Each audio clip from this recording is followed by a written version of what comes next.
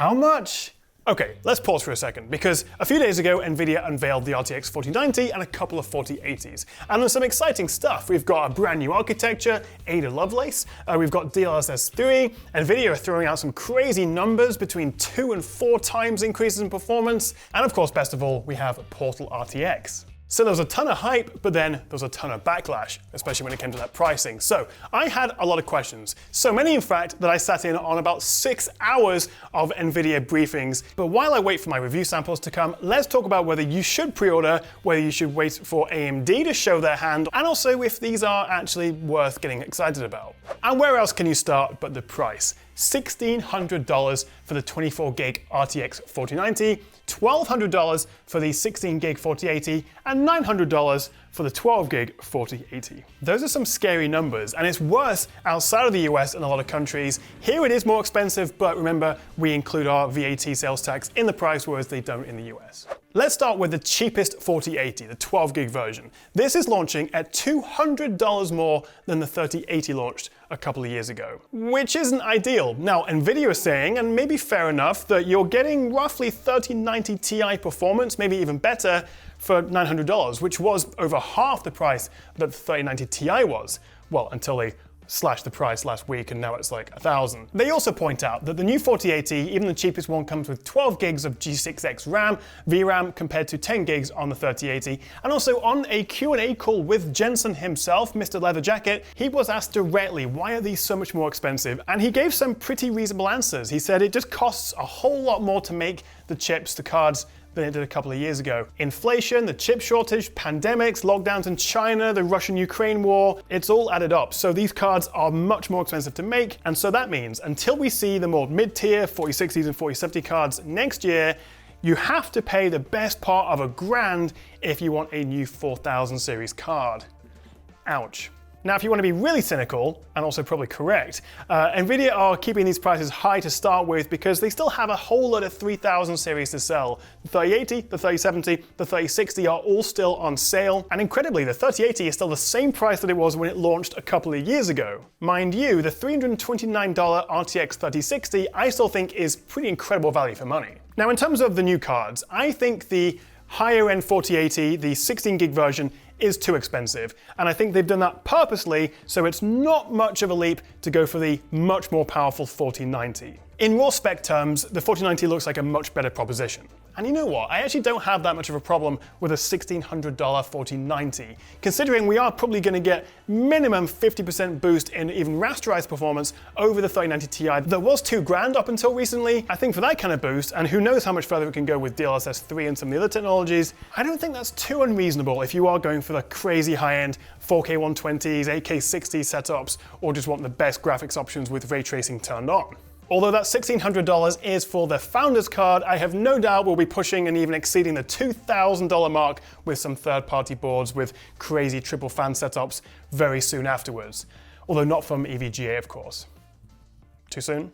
I'll tell you what does bother me though, the 4080s, the two different cards, the 12 gig VRAM version and the 16 gig. Because since the beginning of time, that's been the only difference, the VRAM. And usually that means if you are playing at high resolutions, if you're at 4K, yes, you may want the higher VRAM.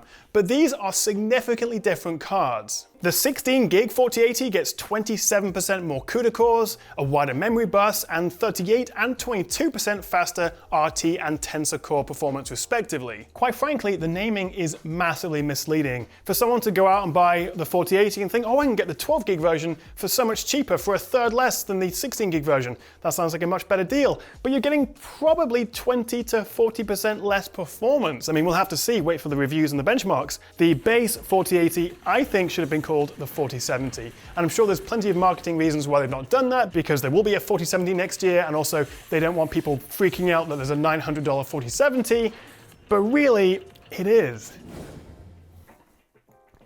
Okay, let me just calm down for a second. Let's put naming and pricing to one side for a second, because there is a lot to be excited about with these new 4000 series cards. Ada Lovelace is a big step forward. Firstly, we've gone from an 8nm architecture with the previous gen Ampere cards to a 4nm architecture. So according to NVIDIA, we're looking at 2 times higher performance per watt, which goes some way to explain why the 3090 Ti rivaling 4080 12 gig version uses much less power.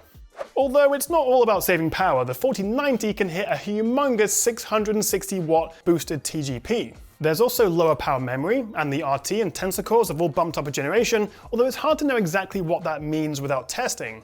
So crucially, RT performance is way better and way more efficient, which is why Nvidia have made this Racer RTX demo, which is a fully ray-traced game with no rasterization or pre-baked scene textures or lighting. And it's not just gaming. Useful for us creators and streamers, the new RTX 4000 series cards come with dual AV1 encoders, which together with the NVENC encoder means you can stream much higher quality 1440p 60 gameplay. And Nvidia reckon this could speed up my 4K H.264 exports by 55%, which is something I'll be definitely testing myself. Now in terms of design, the Founders Edition cards, only on the 16GB 4080 and 4090 by the way, have had a bit of a redesign and are identical to each other, with 20% higher airflow, new heatsink designs, and with better memory cooling. And crucially, most importantly of all, there's a new font. Now all three cards use a new PCIe 5 power cable, which allows up to 660 watts, meaning you can run a 4090 using a single cable. Problem is, you'll need a PCIe 5 compatible PSU, which are only now just coming on the market, with a handful arriving in October. Otherwise, you'll need to use the bundled adapter. Now love or hate Nvidia, I think one thing we can all agree on is DLSS is pretty magical. And probably the biggest news for me was DLSS 3 and its clever new frame generation technology. So DLSS 1, 2, and 2.1 all use AI-trained tensor cores to upscale an image with super resolution. Now DLSS 3 also does this, but it can now also use the upcoming 2 frames to compute a third frame, which can then be inserted between them to boost your frame rate. In fact, in some cases, DLSS 3 actually renders 7 out of every 8 pixels, which is why this can double frame rates rather than just adding a third more. And depending on how it's implemented, we're looking at up to 2 times performance in rasterized games and 4 times in RT-enabled games. And this isn't just your regular old frame interpolation technology either. This is using optical flow techniques. So based on what the in-game camera is looking at and the in-game objects, it'll generate the new frames there. It's very clever stuff.